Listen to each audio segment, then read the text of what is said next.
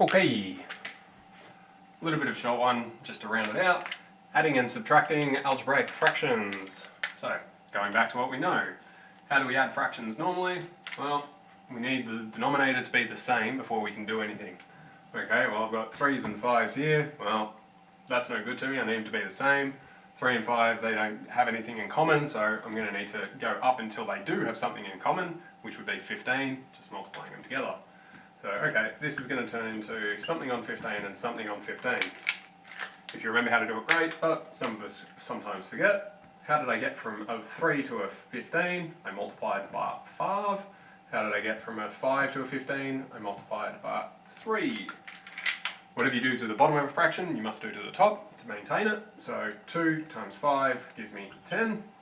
4 times 3 gives me 12. Beautiful.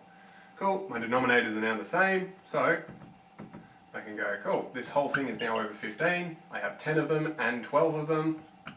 Oops. So I have 22 over 15. Great. Check if I can simplify that at all. 22, that only divides by 2 and 11. This doesn't. We're done. Beautiful. Alright, well, what if we start throwing some algebra in there? Well, same basic things still hold. I need the denominators to be the same before I can do anything with them. 2 and 3, well, they both go up to 6. There's nothing before that. Cool. Okay, so this left side, to get from 2 to 6, I multiplied by 3. On this guy, to get from 3 to 6, I multiplied by 2. Cool. 3 times x would be 3x. 2 times x would be 2x. Brilliant. We've got the same denominator now. 3x plus 2x, 5x. 5 and 6, nothing in common. X, obviously nothing in common. We're done. Great. Similar story again, just with some more stuff floating around. Okay, 3 and 5, that's no good to me, I need them to be the same. 3 and 5 we already know go to 15. Cool, this by this, from 3 to 15 is times 5, from 5 to 15 is times 3. 2x by 5, 10x, 4x by 3, 12x. Cool, I've got 22x's on top and the same denominator. Oops, there we go. Cool, nothing simplifies. That's that. Cool, okay, well, what if we start having the pronumerals on the bottom now? Alright, well, same as always, we need the denominators to be the same. Well, it's already got x's in common, so that's fine. Got a minus this time. Cool, 3 and 5, I have to put those up to 15.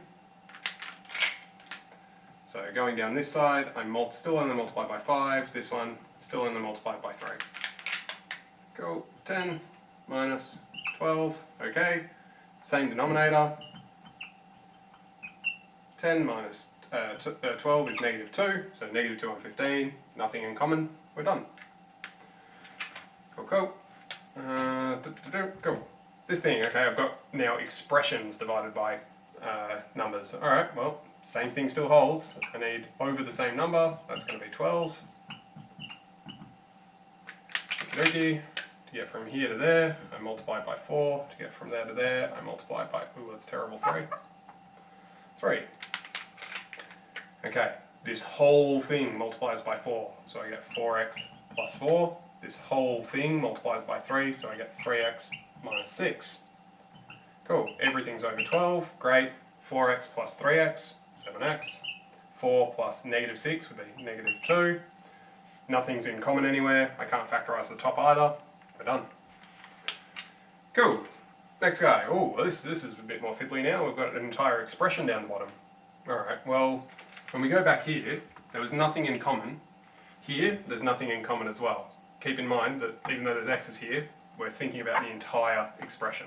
So this expression and this expression aren't the same, they're not factors of each other. Okay, so what did I do with 3 and 5? I multiplied them together. So I'm going to do the same thing here, but for ease, I'm going to just write it like so, plus same thing on the other side. Nice and squeaky. Okay, to get to there, I had x plus 1, I multiplied by x plus 2 as an entire thing. To get from there, I have this. Oh, sorry, those are minus 2's. Minus. Fix these up, minus, minus. Cool, to get from here to there, I had this already, so I've added this one in, so I must have multiplied by x plus 1 on the top and the bottom. Okay, cool, this guy times that, so that's 3x minus 6, this guy times that, 4x plus 4. Brilliant, everything is now over that. Cool, 3x plus 4x, 7x, negative 6 plus 4 gives me negative 2.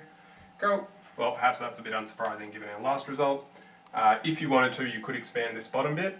It's not going to get any better though, so I'm not going to bother with it for this.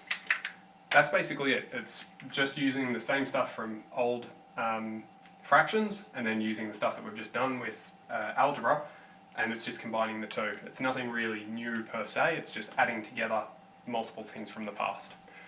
Cool. Best of luck to you. Cheerio.